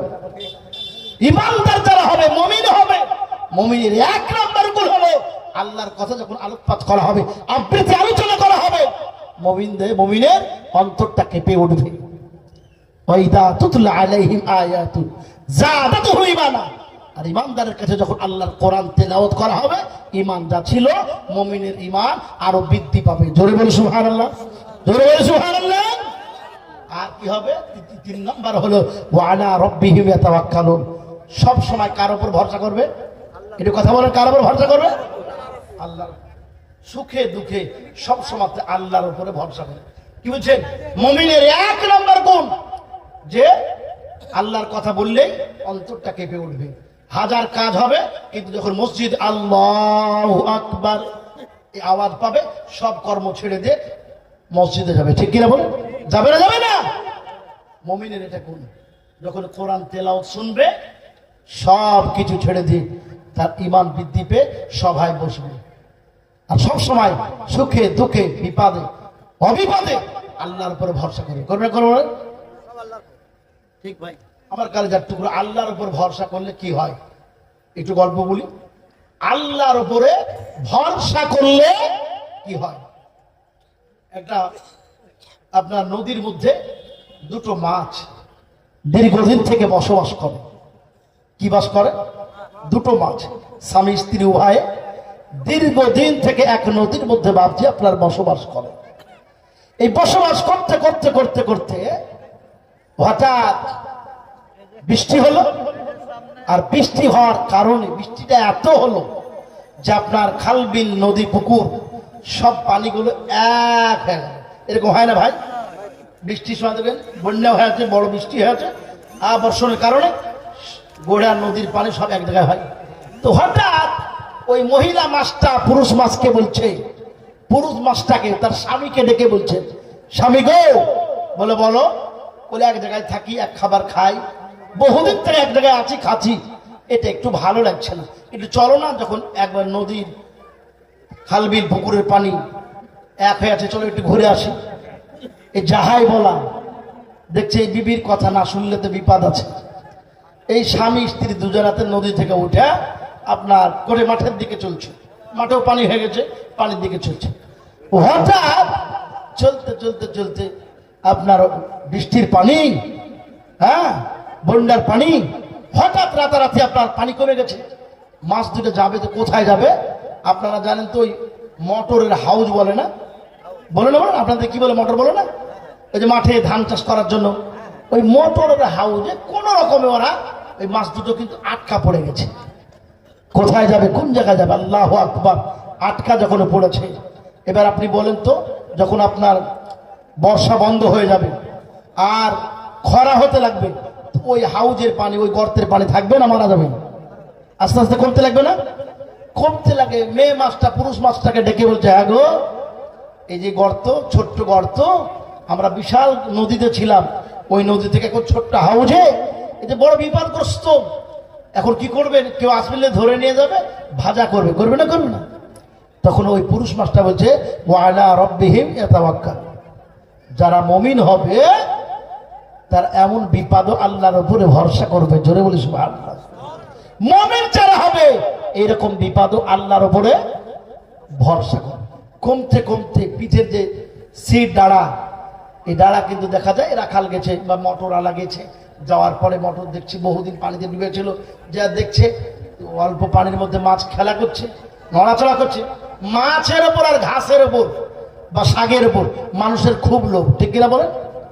দেখবেন অনেক মানুষ মাছ খাই না, তারপরেও আপনার নদীর ধারে দাঁড়িয়ে সারাদিন জাল ছিপ ফেলছে, ফেলতে নেবেন এগুলো আছে না নাই?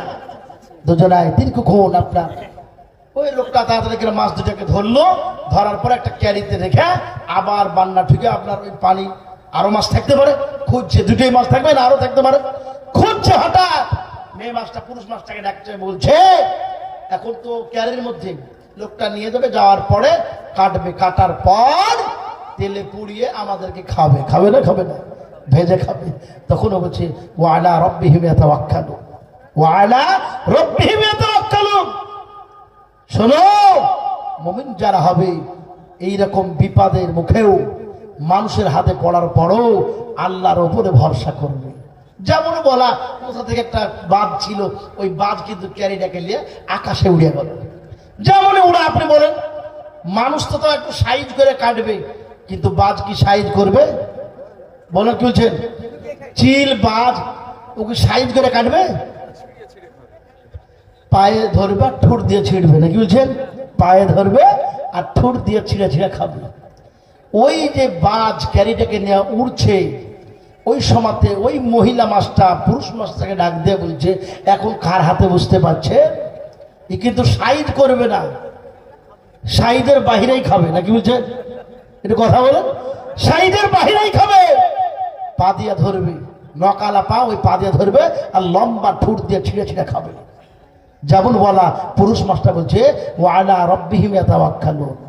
আর যারা মুমিন হবে বাজের হাতে বাজের মুখে পড়ার পরও আল্লাহর উপরে ভরসা করবে। জোরে বলি সুবহানাল্লাহ। যেমন বলা বাপ আমার আব্বা ভাই আর একটা বাজ এসে দুই বাজে ক্যারিকে নিয়ে নদীর উপর টানাটানি শুরু করে দিয়েছে। যেমন শুরু করা, ওই ক্যারির একটাই যে আপনার যে পাত্রে রেখেছিল বা যে জিনিসে রেখেছিল ওটা কিন্তু টানাটানি করতে খুলে গেছে। যেমন খোলা দুই মাছ আবার নদীর মধ্যে পড়ে গেল। জোরে বলে সুবহানাল্লাহ। এই জন্য সুখে দুঃখে সব সময়তে আল্লাহর উপরে ভরসা করতে হবে, ঠিক কিনা বল? করবো ইনশাআল্লাহ, করবো ইনশাআল্লাহ। আমার মনে হয় যে মানুষ এগুলোই বোঝেন, আপনারা এই কি পড়ায় নসিহত পড়ায় এগুলোই বোঝেন আছেন, আর নাই। আমার আব্বারা ভাইয়েরা, বাবা জীবনে কালে যাচ্ছে গোড়ালা, আমি আপনাদেরকে সুন্দর দেখেন মসজিদের উন্নতি কল্প আল্লাহ রসুল বলেছেন, নবীজি বলেছে বানা লিল্লাহি মসজিদান বানাল্লাহু লাহু বাইতান ফিল জান্নাত। যেন মসজিদকে, যে মসজিদ বানালো আল্লাহ তার জন্য জান্নাতের মধ্যে ঘর বানালো। কি বানালো বলেন? ঘর বানালো। আপনারা মসজিদে জানতো নাকি? যায়? যাক ভাই, অনেকে যান। মসজিদ কেমন হালাতে, কি হালাতে আছে না আছে, মসজিদের প্রয়োজন আছে না নাই? আচ্ছা, মসজিদের টাকা পয়সা মানে মসজিদের কিছু কাজ বাকি আছে না নাই? এই কাজগুলো কারাকে পূরণ করতে হবে, আমাদেরই করতে হবে, ঠিক কিনা বলেন? করতে হবে না করতে হবে না বলেন? আল্লাহ নবী বলেছেন যারা মসজিদ বানালো জান্নাতে আল্লাহ তাদের জন্য ঘর বানালো। নবীজি বলছেন যারা মসজিদকে মহব্বত করলো তারা আল্লাহকে মহব্বত করলো, আল্লাহর মহব্বত পেলো, আল্লাহর ভালোবাসা পেলো। তো ভাবছি ভাই বাবা জীবন আমি বলবো আপনাদেরকে, তার আগে বলছি দেখেন পৃথিবীতে আল্লাহ তাআলা 1,24,000 নবী রাসূল পাঠিয়েছিলেন। বলেন একটু কথা, পাঠায়নি? পাঠায়নি? 1,24,000 নবী রাসূল। ঈদগাহার উন্নতি কল্পে, যাই হোক ভুল হয়েছে, ঈদগাহার উন্নতি কল্পে। আপনারা ঈদগাহার তাহলে তো প্রত্যেকে জানেন যে ঈদগাহার উন্নতি কল্পে। আমার আব্বারা ভাইয়েরা বাবা জীবনে সোনামণিরা কালেজার টুকরারা, তা আমি বলছিলাম যে বিশ্ব নবী দয়ার নবী সাল্লাল্লাহু আলাইহি ওয়াসাল্লাম পৃথিবীতে কত বছর ছিলেন বলুন তো দেখি? কত বছর ছিলেন গো? 63 বছর। ওই ভাই ওই বাবজি আমার ওই এসেছে ডোমকুল থেকে, নাকি বাবজি? আপনার বাড়ি ডোমকুল, জেলসায় গিয়েছিলাম তো। ডোমকুল কালেজার টুকরা আব্বা ভাই বাবা জীবনের কালেজার সোনারা, বিশ্ব নবী 63 বছর ছিলেন। কত বছর? ভাই কত বছর ছিলেন? 63 বছর। এই 63 বছরে আল্লাহ নবী শুধু গোটা জীবনটা, গোটা লাইফটা ইয়া উম্মতি বলে কেঁদেছেন। কেন? কিয়ামতের দিন সমস্ত নবী রাসূল ইয়া নফসি ইয়া নফসি, আমার কি হবে, নিজের জন্য কাঁদবেন। আর আমার আপনার নবী নিজের জন্য নয়, উম্মতের জন্য কাঁদবেন। জোরে বলে সুবহানাল্লাহ। আমরা যে নবীর উম্মত, এই নবী নিজের জন্য কাঁদবেন না, কাঁদবেন কার জন্য? বলেন কার জন্য? উম্মতের জন্য। আল্লাহ রাসূল সাল্লাল্লাহু আলাইহি ওয়াসাল্লাম, আপনি জানেন না, নবী মক্কা থেকে মদিনায় গেলেন, যাওয়ার পর মদিনায় থাকতে লাগলেন, কিন্তু হঠাৎ একবার দেখছেন মদিনায় নবীজি নাই। একটু কথা বলেন ভাই। হঠাৎ সাহাবাদের মাঝ থেকে নবী আউট, নিখোঁজ হয়ে গেলেন। নবীকে মসজিদে পাওয়া যায় নাই, সাহাবাদের মাঝে পাওয়া যায় না, বিবিদের কাছে পাওয়া যায় না, নবীকে ফাতেমার বাড়িতে পাওয়া যায় না। আপনি বলুন তো ভাই, যাকে ভালোবাসেন তাকে যদি না দেখতে পান, তাহলে আপনি কষ্ট পাবেন না পাবেন না? বলুন। নবী নাই। আজকে 3 দিন হলো আল্লাহর রাসূল মদিনাতে নাই। 3 দিন হলো নবী মদিনাতে নাই, কেউ জানে নাই নবীজি কোথায় গেল। আবু বকর, ওমর রাদিয়াল্লাহু তাআলা আনহু বাবা আল্লাহ নবীকে দেখতে পায় না, দেখা যায় নাই। হযরত আবু বকর, ওমর, হযরত ওসমান গনি, আলী রাদিয়াল্লাহু তাআলা সবাই নবীকে দেখতে না পেয়ে বাবা হাও মাও করে আপনার কান্না করে বাবা। শুধু কান্না করেন নাই, নবীজির ব্যথায়, নবীজির বেদনায়, নবীজির প্রেমে যেন আপনার খাবার দাবার বন্ধ করে দিয়েছে। ও কালিজার টুকরা ভাইরা, বাবা জীবনেরা, আল্লাহ নবী মদিনায় নাই, শুধু আপনার বড়রা কান্না করে নাই, বালকেরা, বাচ্চারা, ছোট্ট ছোট্ট বাচ্চারা, যেই বাচ্চারা মায়ের দুধ পান করে বাচ্চা আপনার বড় হয়, সেই বাচ্চারাও আল্লাহ নবীর মহব্বতে, আল্লাহর নবীর প্রেমে তারাও যেন মায়ের দুধ আপনার পান করা বন্ধ করে দিয়েছে। ও কালিজার টুকরা ভাইরা, বাবা জীবনেরা, আবু বকর, ওমর, ওসমান যখন নবীকে কোন জায়গায় পেলেন না, নবীকে কোন জায়গায় যখন দেখতে পেলেন না, মসজিদে পেলেন না, জোহরে পেলেন না, আসরে পেলেন না, মাগরিবে আপনার পেলেন না, ফজরে আপনার পেলেন না, সাহাবারা কান্না করতে করতে করতে বাবা মা ফাতেমা রাদিয়াল্লাহু তাআলা আনহার বাড়িতে আপনার চলে গেলেন। চলে যাওয়ার পর ফাতেমাকে ডাক দিয়ে বলে আবু বকর, আবু বকর ডাক দিয়ে বলে ফাতেমা, ও ফাতেমা, তোমার আব্বা এক নাই দুই নাই, আজ 3 দিন হলো আমাদের মাঝে নাই। ও ফাতেমা, যে আব্বা তোমাকে ছেড়ে থাকতে পারে না, সব খবর তোমাকে দেয় গো ফাতেমা, তুমি কি তোমার আব্বার খবরটা দিতে পারবে? তোমার আব্বা কই গেছে, কোথায় গেছে বলতে পারবে বলো?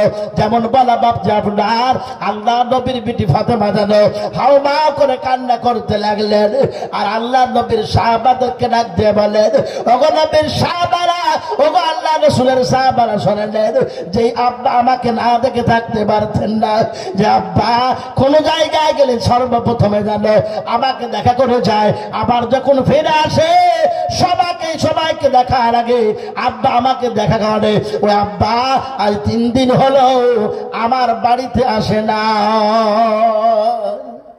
মা ফাতেমা রাদিয়াল্লাহু তাআলা কাদার বলে, আব্বা, ও আব্বার সাহাবারা, আমার আব্বা আমাদের বাড়ি 3 দিন থেকে আসে না।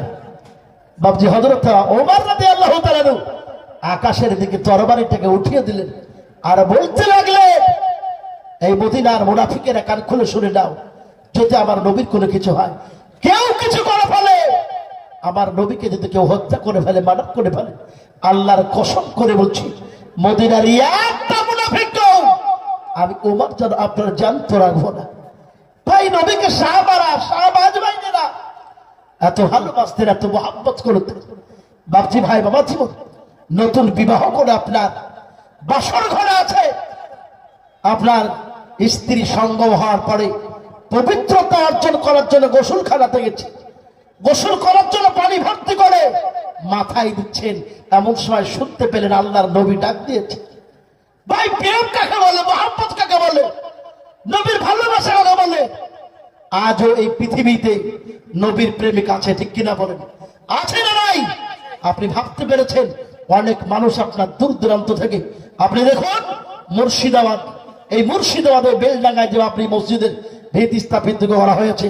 আপনি এই মসজিদের দিকে দেখান যে আপনার অনেক জায়গায় মানুষ টাকা দিতে চাই নাই, অর্থ দিতে চাই নাই, 5 টাকা চাইলেও আপনার দিতে চাই নাই, কিন্তু আপনার বেলডাঙ্গায় যে আপনার বাবরি মসজিদের শিলান্যাস হলো, ওই দিন আপনি ভাবুন 6 ডিসেম্বর হলো না, সেই দিনটাকে কেন্দ্র করে মানুষ কোটি কোটি টাকা আপনার দিয়েছে, দেখলেন কোটি কোটি টাকা দিয়েছে, এখনো পর্যন্ত দিয়ে যাচ্ছে। তারপরেও ইট এত দিয়েছে, এত পরিমাণে দিয়েছে যে মসজিদের আশেপাশে জায়গা সব ভর্তি ফেলাপ হয়ে গেছে, ইট নিবে এরকম জায়গা নাই, অন্য জায়গাতে রাখতে হচ্ছে। অনেক মহিলারা পর্যন্ত আল্লাহর মহাব্বতে, মসজিদের মহাব্বতে, বাবরি মসজিদ মহাব্বতে আপনার ইট মাথায় করে নিয়ে যাচ্ছে। ভাই মনের কথা বলেন, আমার কালিজার টুকরো আব্বা ভাইরা বাবা কি বলে। এই জন্য আমি বলবো এখনো নবীর প্রেমিক পৃথিবীতে আছে। নবীর সাহাবা সবাই নবীকে খুঁজছেন আর কাঁদছেন, কাঁদেন আর খুঁজেন। আবু বকর ওমরকে ডাক দে বলে, ওমর শুনে নাও, ওগো ওমর আর চিৎকার করো না, একটু শান্ত হও। ওগো ওমর আর কান্না না করে চলো, গ্রাম শহর পালা ছেড়ে দিয়ে আল্লাহর নবীকে খোঁজার জন্য আমরা শুধু চলে যাই কোথায়? ওই মরুভূমির দিকে চলে যায়, মাঠে চলে যায় আল্লাহর নবীকে খোঁজার জন্য। হযরত আবু বকর ওমর দুজনাতে ভাবতে আপনার গ্রাম শহর পাড়া ছেড়ে দিয়ে মাঠের দিকে চলতে লাগলো, মরুভূমির দিকে চলতে লাগলো। ওগো আব্বা ভাইরা, ওগো আমার কালেজার টুকরা বনি সোনামণি দেয়, যখন আপনার মরুভূমির দিকে চলতে লাগলো, একটু দূর যাওয়ার পর দেখতে পায় একটা রাখাল যেন পাহাড়ের নিচে মন খারাপ করে দাঁড়িয়ে আছে। আল্লাহ নবীর সাহাবী হযরত আবু বকর ডাক দিয়ে বলে, ভাই ওগো রাখাল তুমি কি বলতে পারো? আমার নবীজি কোথায়, আল্লাহ রসুল কোথায়, তুমি কি বলতে পারো? ওই রাখালটা চিৎকার মেরে বলতে লাগলো, শোনেন নাও, আমি রাখাল আপনাদেরকেও চিনি নাই, আপনার নবীকেও চিনি নাই, তবে শুনে নেন, ওই যে দেখছেন না দূরে একটা পাহাড়, ওই পাহাড়ের নিচে একটা গর্ত আছে, যে গর্তটার মধ্যে একটা পাগল 3 দিন থেকে ইয়া উম্মতি ইয়া উম্মতি বলে আপনার কান্না করতেছে।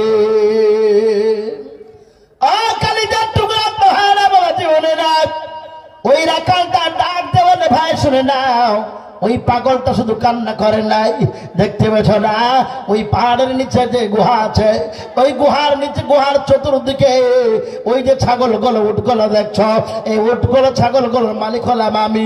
শুনে না ওই ছাগলগুলো 3 দিন থেকে জানো না আকাশের দিকে মুখ করে ওই পাগলের সাথে কান্না করতেছে। আপনি ভাবুন আবার আব্বারা ভাইরা, 3 দিন থেকে চতুষ্পাদ জানোয়ার গুলো আল্লাহ রসুলের সঙ্গে কান্না করছে। আমার আব্বার ভাইয়েরা, অনেক আব্বা আছেন, আমার বন্ধুরা আছেন, এটা ঈদগাহার জলসা। কিসের জলসা বলেন? ঈদগাহার উন্নতি কল্প। যাই হোক, আমি আপনাদের মাঝে, আপনারা আছেন, আমি আজকে দেখতে চাই যে আল্লাহ রসুলের মহাব্বত, আল্লাহর নবী যে ঈদগাহাকে নবীজিও ব্যবহার করেছেন, নবীজি ঈদগাহাকে ব্যবহার করেছেন। আমি আপনাদের থেকে চাই 3 জন গোসলের ফরজ 3টা আছে। দেখেন চাঁদ মোহাম্মদ ভাই, চাঁদ মোহাম্মদ ভাই 500 টাকা দিয়েছে ঈদগাহার আপনার উন্নতি কল্পে, ঈদগাহার কাজ করার জন্য চাঁদ মোহাম্মদ ভাই 500 টাকা দিয়েছে। আল্লাহ তুমি তার দানকে কবুল করো, বালা মুসিবত দূর করে দাও, বিপদ আপদ দূর করে দাও, আল্লাহ ভাইকে তুমি দীর্ঘজীবী করো, বলে আল্লাহ আমিন। চাঁদ মোহাম্মদ ভাই আমার এখানেতে ছিল, এই চাঁদ মোহাম্মদ ভাই আমার এখানেতে ছিল, 500 টাকা দেখো তোমার রাহে দিল। ওগো আল্লাহ দয়া মায়ে দয়া যে করিয়া 500 টাকা নাও কবুল করিয়া, আরো দোয়া করি আমি ভাইয়ের কারণ, এ ভাইকে তুমি দিও খোদা সুখেরই জীবন। এখানে একজন খাতা কলম, এই জায়গাটা দেখেন, এই ভাই বসে আছেন, এদিকে আসেন না, আসি ভাই, দেখেন ঈদগাহার উন্নতি কল্প। আমি আপনাদেরকে বলি, আপনার এখানে অনেকগুলো আব্বা ভাই আছেন, আমার বন্ধু